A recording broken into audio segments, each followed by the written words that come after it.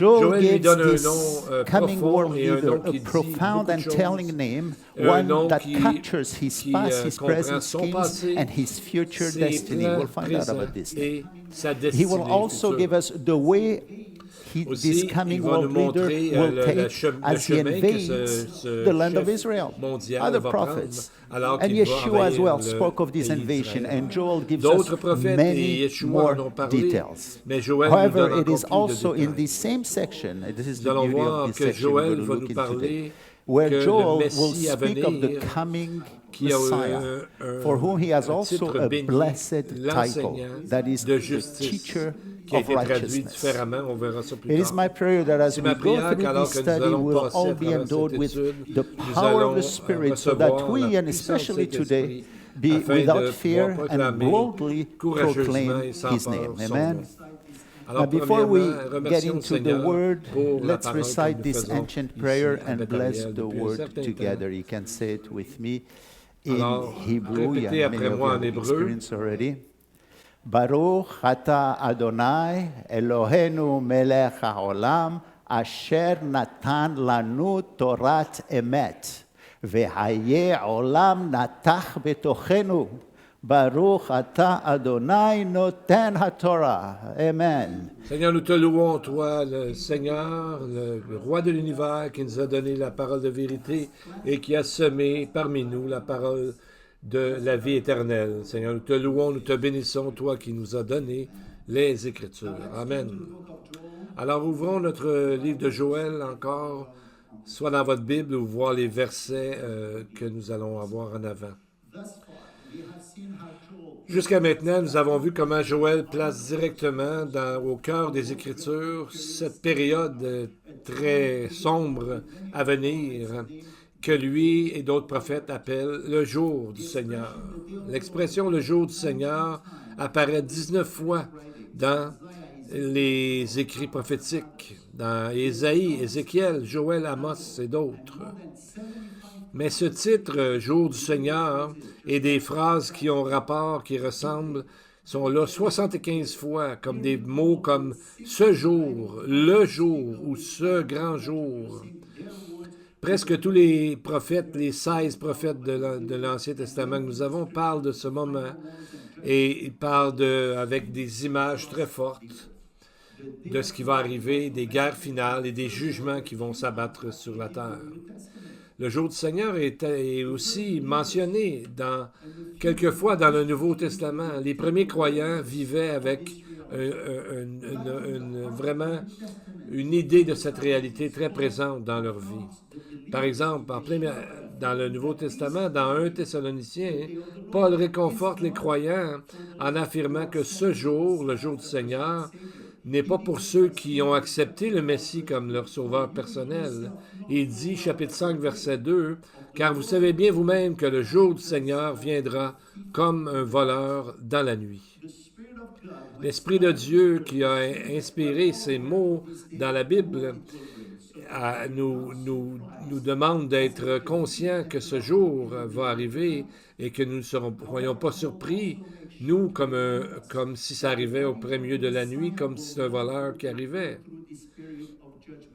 Et nous croyons que Paul n'en parle, c'est pas parce que les croyants passeront dans cette période de jugement qu'on appelle la tribulation, parce qu'ils ont déjà été graciés par leur croyance, leur foi dans la mort et la résurrection du Messie. C'est ce que nous allons voir bientôt, lorsque nous allons avoir la fête des trompettes Yom Teruah au prochain samedi. Maintenant, en regardant le livre de Joël, nous allons voir des descriptions du jour du Seigneur et on va voir qu'il y a une façon de faire qui revient toujours. Une fois qu'on voit cette façon de faire, on voit que Joël va nous présenter dans son livre 7 avertissements distincts du jugement. Et chacun de ces avertissements est interrompu par une pause de grâce, un appel à la prière, un encouragement à se repentir ou une prophétie concernant la restauration d'Israël. Ce rythme de jugement et ensuite de miséricorde, d'avertissement et d'espoir donne à Joël, au livre de Joël, une force et une beauté unique qu'on ne retrouve pas en général chez les autres prophètes. Alors, on va voir comme des mouvements symphoniques, on pourrait appeler un peu comme la musique. Et donc, le premier mouvement, on pourrait l'appeler, ça apparaît dans Joël 1, entre les versets 2 et 13, où il parle de la plaie des sauterelles qui vont envahir Israël, qui vont tout détruire, tout manger, et même amener à faire cesser les offrandes au temple. Joël 1,14, c'est comme il y a une pause. Publier un jeûne, une convocation solennelle. Maintenant, si on regarde le deuxième mouvement, Joël 1, 15 à 18, le prophète parle du jour du Seigneur et en disant, hélas, en hébreu c'est aha, ce jour, une interjection de lamentation, de tristesse et aussi d'avertissement. Cela nous amène à une prière personnelle de Joël, verset 19, où il dit simplement « C'est vers toi que je crie, ô Éternel ». Et s'ensuit un troisième mouvement, Joël 2, versets 1 à 11, où nous avons le son du chauffard. C'est encore une description du jour du Seigneur, où l'invasion finale d'Israël va avoir lieu. Et ensuite, ce troisième mouvement est interrompu par un appel à la repentance. 2 fois le Seigneur dit « Maintenant encore, dit l'Éternel, revenez à moi », les versets 12 au verset 19. Et ensuite, c'est le quatrième avertissement dans un seul verset, mais très puissant. Ici, Joël parle d'un chef mondial à venir par un nom mystérieux qu'il appelle celui qui vient du Nord. On trouve ça dans Joël 2, 20, qui dit « J'éloignerai de vous l'ennemi du Nord. Je le chasserai vers une terre aride et déserte, son avant-garde dans la mer orientale, son arrière-garde dans la mer occidentale, et son infection se répandra, sa puanteur s'élèvera dans les airs, parce qu'il a fait de grandes choses. » Et qui est celui qui vient du Nord, où le texte dit « l'ennemi du Nord ». Et pourquoi lui donner un tel titre? La plupart des traductions parlent de l'armée du Nord, mais le mot hébreu est un mot, « at-saphoni », qui veut dire « celui qui vient du Nord ». Ce titre mystérieux a attiré l'attention des rabbins de l'ancien temps, du début, les anciens rabbins qui se demandaient qui est celui qui vient du Nord. Et à cause du lien avec le Nord, plusieurs commentateurs comme Abarbanel et Radak ont associé la prophétie de Joël avec la guerre de Gog et Magog, qu'ils décrivent comme le conflit final qui va faire déclencher le temps messianique et le retour du Messie. Et le texte dans la Bible ici, dans Joël, ne décrit pas, selon ce qu'on peut voir, les invasions des Assyriens, des Babyloniens, des Grecs ou des Romains. Même si ces empires venaient surtout du Nord, leur origine était plutôt de l'Est ou de l'Ouest. Mais le texte dit « celui qui vient du Nord », donc son origine est du Nord. Et le texte dit « à l'extrémité du septentrion du pays d'Israël ». Dans Ézéchiel 38-39, c'est Gog et Magog que nous voyons dans ces textes. On voit ça dans Ézéchiel 38-6, 38-14 et 39-2, où le texte parle de le chef de cette rébellion, Gog, et Dieu lui parle à lui personnellement. Ézéchiel 38-15 dit « Alors tu partiras de ton pays, des extrémités du septentrion, toi et de nombreux peuples avec toi, tous montés sur des chevaux, une grande multitude d'armées puissantes, à l'extrémité du septentrion, et toutes tes troupes, peuples nombreux qui sont avec toi. » Le mot « à l'extrémité » ou du septentrion, c'est le mot « ayareka » en hébreu, qui parle des régions vraiment au nord. Et c'est vraiment dans les textes qu'on voit qu'Ézéchiel appelle le pays de Magog, qui est directement au nord de Jérusalem. On croit aussi que le mot Toubal est l'origine de la ville de Tobolsk en Russie, qui est considérée la capitale de la Sibérie. Et ça a dû influencer des rabbins anciens comme Rashi, Radak, Mesoudat, David et Abarbanel, qui ont associé les guerres de Joël avec la guerre de Gog et Magog. N'oubliez pas que pour eux, Gog et Magog, c'est la dernière guerre qui ferait que le Messie va revenir à ce moment-là. Eux autres ne sont pas au courant de la guerre de Armageddon comme telle parce qu'ils n'ont pas le Nouveau Testament. Et souvent, ils ne veulent pas lire ce livre-là qui nous parle justement de ça. Et on regarde dans Ézéchiel 38:2, il dit « Fils de l'homme, regarde vers le nord, tourne ta face vers Gog au pays de Magog, vers le prince de Roche, de Méchec et de Toubal, et prophétise contre lui. » Alors maintenant, regardons qui est le chef de cette rébellion qu'on voit dans Ézéchiel et dans Joël. Est-ce que Gog peut être celui qui vient du nord? Quand on regarde le nom, celui qui vient du nord, les anciens rabbins l'ont aussi identifié comme étant le malin et même Satan lui-même.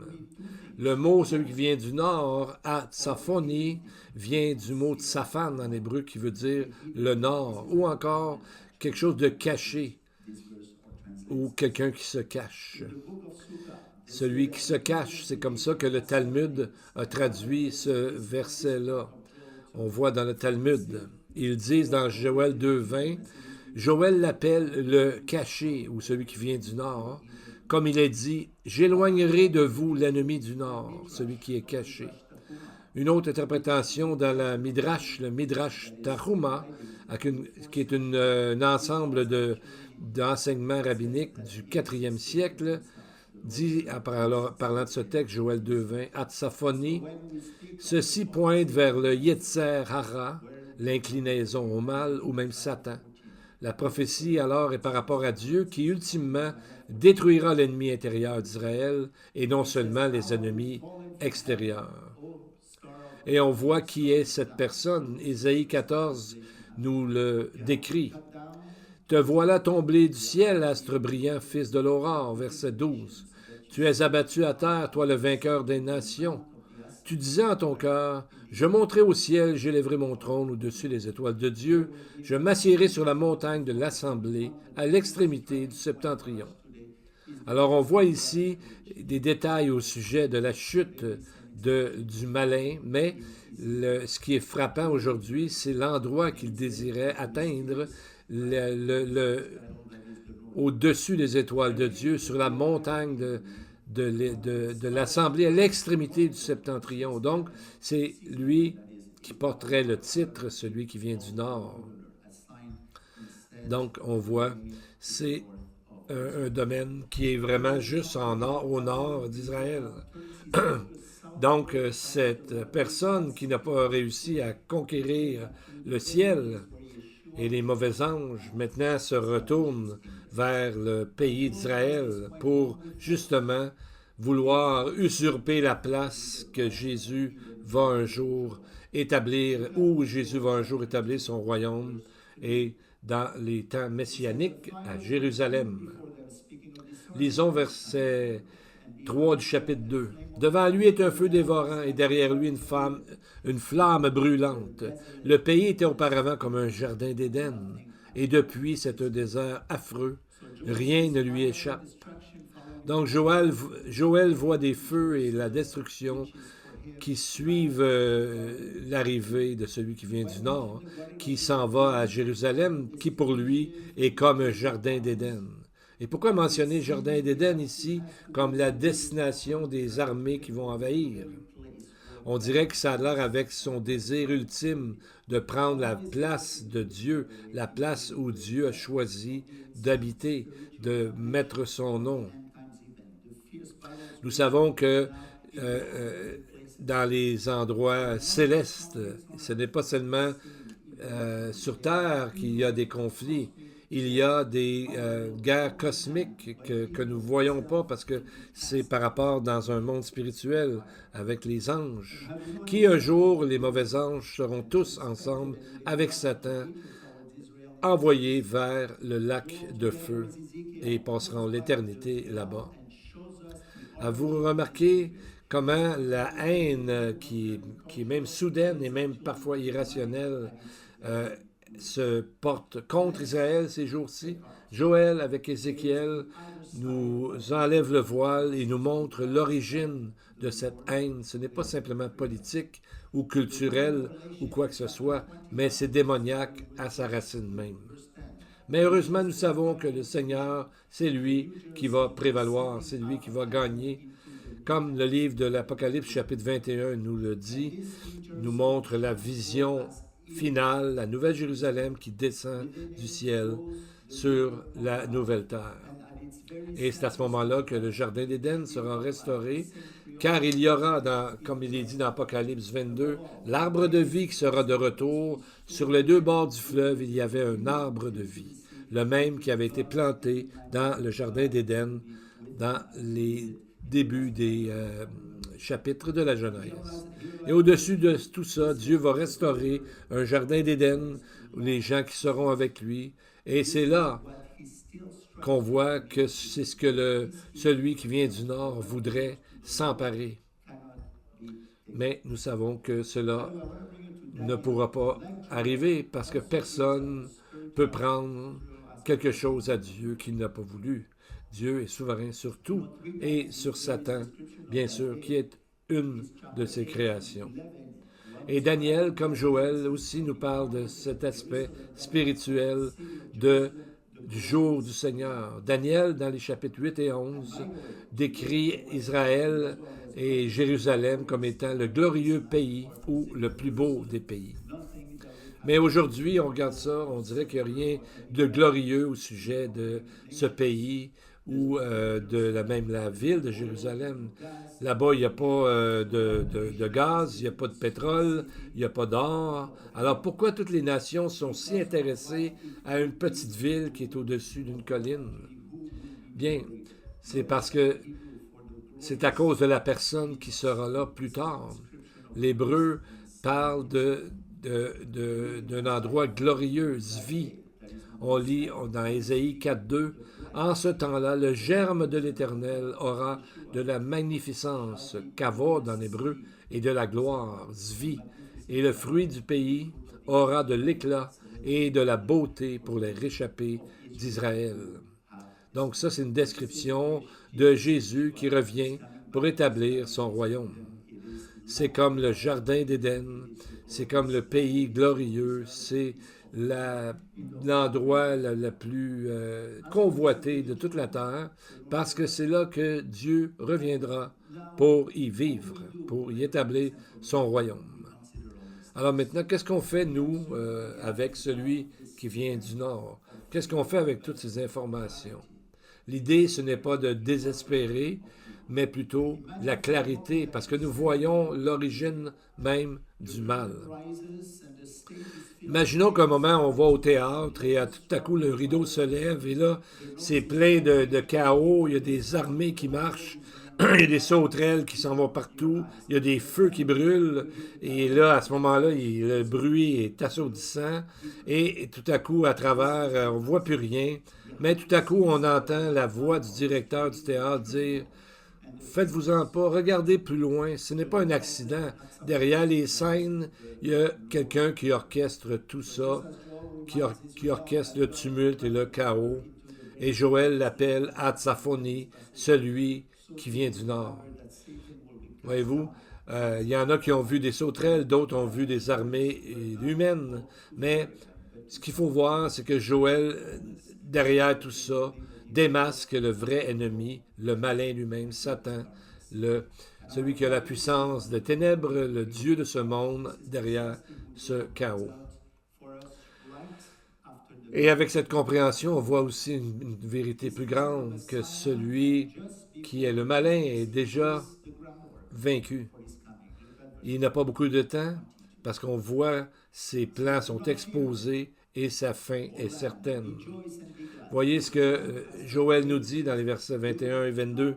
Terre, ne crains pas, sois dans l'allégresse et réjouis-toi, car l'Éternel fait de grandes choses. Bêtes des champs, ne craignez pas, car les plaines du désert reverdiront, les arbres porteront leurs fruits, et le figuier et la vigne donneront leur richesse.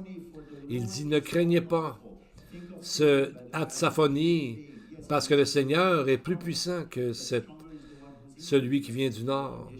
N'oublions pas que Satan, c'est un être qui a été créé par Dieu. Il a des capacités limitées. Ce n'est pas, comme on a dit ce matin, une puissance en soi qui a été créée. C'est Dieu qui l'a créé. Et il s'est rebellé, bien sûr. Donc, Dieu nous dit de ne pas se craindre dans la crainte, mais d'être content, parce que qu'est-ce qui va arriver?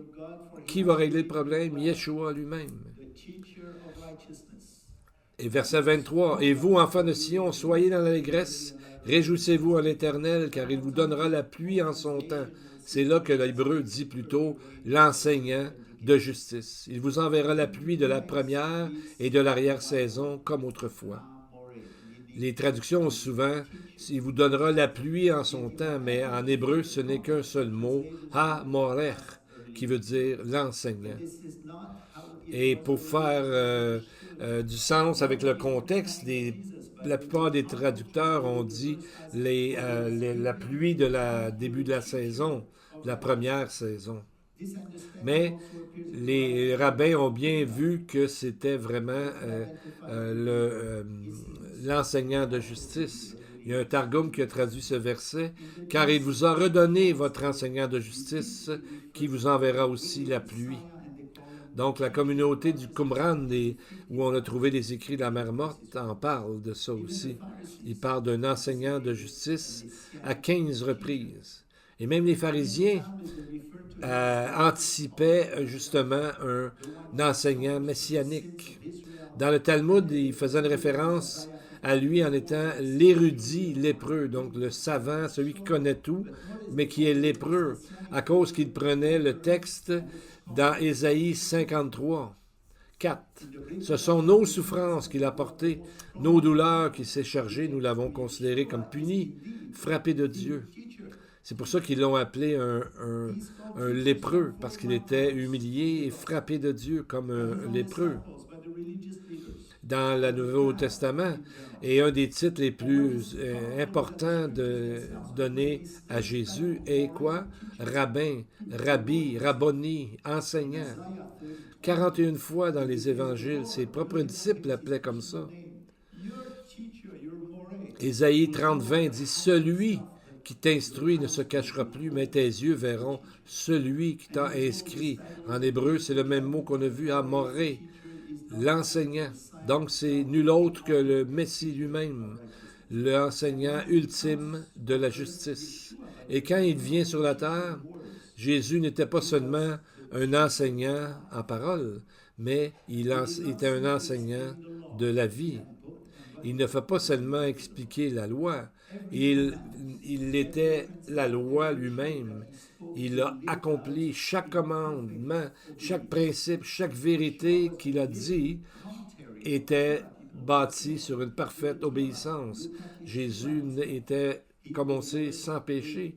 Il était un commentaire vivant de la Torah. Il est la parole faite chair. Et il enseignait non seulement les préceptes, mais par l'exemple.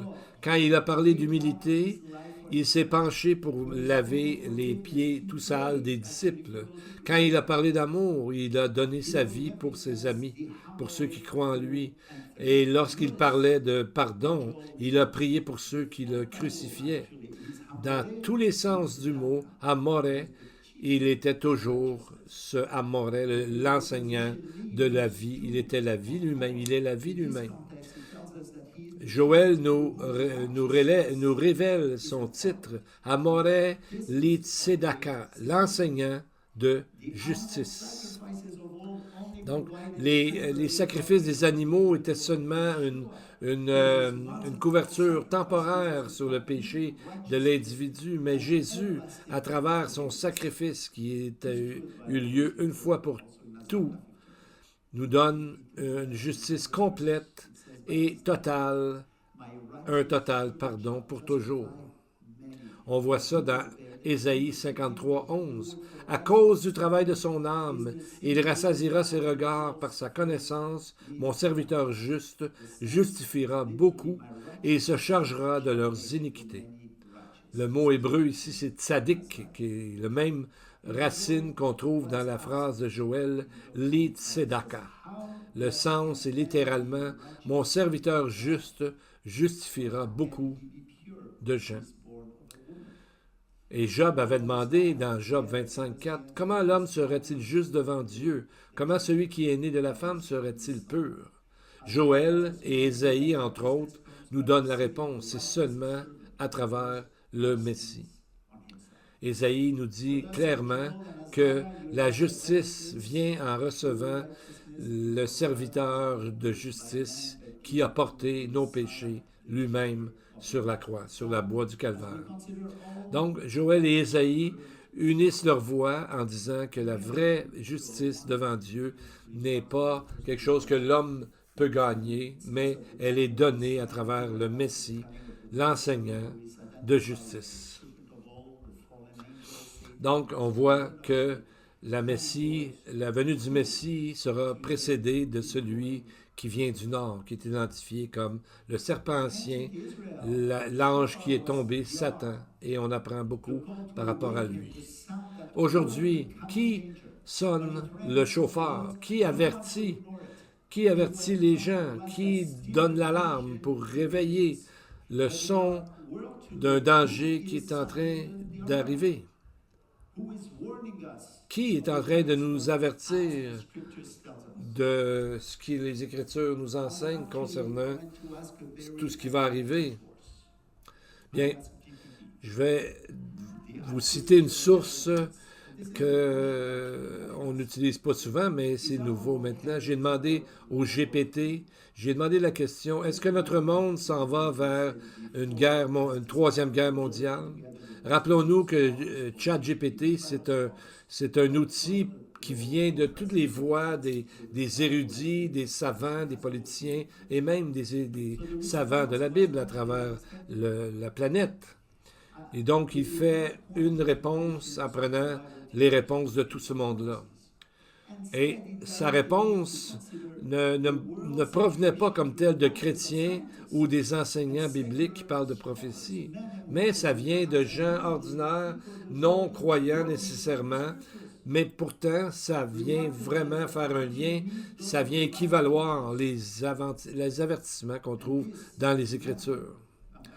Rappelez-vous, là, je vais vous dire la réponse, mais ça vient pas de la chair ici. Ça vient de ChatGPT qui n'est pas quelque chose de religieux. Donc, ça commence par dire « Personne ne peut prédire le futur avec certitude. » Et il continue. Mais les tendances globales sont graves. Des tensions s'élèvent contre des puissances majeures, en plus des guerres régionales. La prolifération nucléaire et l'accroissement des technologies très avancées augmentent le risque de conflits à grande échelle. Le monde entre dans une des périodes les plus dangereuses depuis 1945, donc la fin de la Deuxième Guerre mondiale, fin de la citation. Ensuite, j'ai demandé à ChatGPT de me donner ses sources. Et la première réponse que ChatGPT m'a dit, c'est les nouvelles. On a déjà parlé du bulletin des scientifiques atomiques qui a été créé en 1947 par Albert Einstein avec M. Oppenheimer dans le but de mesurer le danger d'une guerre nucléaire et la destruction de notre planète. Il y a dans ses rangs 40 lauréats de prix Nobel et aujourd'hui des professeurs de différentes universités. Voyez la réponse septembre 3, 2025. La menace nucléaire augmente à nouveau. Aujourd'hui, environ 12 000 armes nucléaires couvrent notre planète, dont près de 10 000 potentiellement utilisables dans une guerre, et il n'y a présentement aucun signe que des nations y renonceraient. C'est vraiment un contraste avec le chauffard En fait, c'est comme le cri du chauffeur qui nous est là pour nous avertir de choses graves qui sont en train de se passer, qui vont arriver bientôt. Le chauffeur est un instrument de la part de Dieu qui appelle les gens à la repentance et de se préparer. L'intelligence artificielle est un instrument qui fait écho aux peurs, aux spéculations et aux avertissements de nos temps troublés. Et pourtant, dans les deux, il nous est demandé de prendre une décision. Le chauffeur dans Joël dit « Réveillez-vous car le jour du Seigneur est proche ». La machine, intelligence artificielle, dit « Les nations sont agitées et la guerre se pointe à l'horizon ». Donc on voit que c'est essentiellement la même chose. Et on va voir dans le livre de Joël maintenant, nous allons voir comme 7 pauses, comme un peu on prend un respire à travers les 7 prochains mouvements, comme on a dit tantôt, si on comparait ça à un genre de symphonie. Donc, je vais vous lire ces mouvements-là et aussi avec les pauses. Et l'idée, ces pauses-là vont nous aider à prier, à retourner à Dieu et d'agir avec foi. La première pause appelle les chefs, les leaders à agir. Joël 1,14 dit « Publiez un jeûne ». Vous pouvez lire les versets en même temps que moi. « Publiez un jeûne, une convocation solennelle. Assemblez les vieillards, tous les habitants du pays, dans la maison de l'Éternel, votre Dieu, et criez à l'Éternel. » La deuxième pause, c'est dans la propre prière de Joël qui est dépassé par la désolation qu'il voit. Verset 19. « C'est vers toi que je crie, ô Éternel, car le feu a dévoré les plaines du désert et la flamme a brûlé tous les arbres des champs. » 1,19. Donc il a vu dans sa vision de prophète. Troisième pause, c'est le Seigneur lui-même qui appelle son peuple à retourner à lui. Joël 2, 12 à 13. « Maintenant encore, dit l'Éternel, revenez à moi de tout votre cœur, avec des jeûnes, des pleurs et des lamentations. Déchirez vos cœurs et non vos vêtements. Revenez à l'Éternel votre Dieu, car il est compatissant et miséricordieux, lent à la colère, riche en bonté, et il se repent des maux qu'il envoie. » La quatrième pause suit immédiatement avec la promesse de la grâce de Dieu dans Joël 2, 18. « L'Éternel est ému de jalousie pour son pays, et il épargne son peuple. L'Éternel répond, et il dit à son peuple, « Voici, je vous enverrai du blé, du mou et de l'huile, et vous en serez rassasiés. » La cinquième pause offre un encouragement magnifique. Joël 2, versets 21 à 27. On va couper un peu, on va dire certains mots de ces 5 versets. « Terre, ne crains pas, sois dans l'allégresse et réjouis-toi. Le figuier et la vigne donneront leur richesse. Et vous, enfants de Sion, soyez dans l'allégresse et réjouissez-vous en votre Dieu, car il vous donnera l'enseignant de justice. Je vous remplacerai les années qu'ont dévoré la sauterelle. Vous mangerez, vous rassasierez, vous célébrerez le nom de l'Éternel, votre Dieu, et mon peuple ne sera plus jamais dans la confusion. » La 6e pause s'ouvre avec le chapitre 3, avec une promesse magnifique de restauration. Joël 3, 1. « En ces jours, en ce temps-là, dit l'Éternel, je ramènerai les captifs de Juda et de Jérusalem. » Dans 3, 18. « En ce temps-là, le mou ruissellera des montagnes, le lait coulera des collines, il y aura de l'eau dans tous les torrents de Juda. Une source sortira aussi de la maison de l'Éternel et arrosera la vallée de Chittim. » Finalement, la 7e, Joël 3, 21, « Et l'Éternel résidera dans Sion. » Il est déjà là, ce n'est pas seulement quelque chose de futur. Dieu règne déjà spirituellement là-bas et bientôt, il viendra établir son royaume.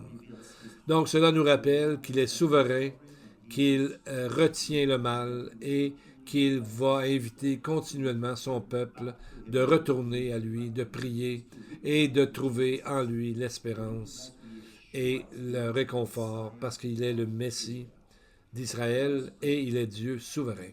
Alors prions. Je vais commencer avec des mots d'une prière. Louons Dieu très haut, car il est béni comme son nom est béni. Car nul n'est comme toi. Tu es magnifique en sainteté et tu fais des choses merveilleuses. Sois béni, toi, Seigneur notre Dieu, et le Dieu de nos pères, le Dieu d'Abraham, d'Isaac et de Jacob, qui est magnifique, tout-puissant, honoré, le Dieu très haut, le Dieu des cieux et de la terre. Notre refuge est celui de nos pères. Le Dieu qui augmente notre fidélité à travers chaque génération, nous te louons, ô Dieu, qui fut le bouclier d'Abraham et celui de quiconque vient à toi avec humilité et un cœur repentant. Donc, Seigneur, ce matin, nous te demandons de bénir chaque personne présente ici et chaque personne qui nous écoute. Veuilles-tu mettre ta main de guérison sur quiconque est malade, et nous nous attendons à toi qui peux guérir. Fais reposer ton esprit sur les gens qui souffrent, ceux et celles qui vivent des moments difficiles. Donne-leur de l'espoir et de la joie. Donne ton salut à quiconque te le demande avec foi et repentance. Fais-leur voir Jésus comme leur sauveur personnel pour ceux qui ne le connaissent pas encore. Pour l'Assemblée, que l'Éternel vous bénisse et qu'il vous garde, qu'il fasse luire sa face sur vous et qu'il vous accorde sa grâce, qu'il tourne sa face vers vous et qu'il vous donne la paix. Amen et Amen. Que Dieu vous bénisse tous, alors que nous allons célébrer Dieu encore plus. I have set watchmen, I have set watchmen.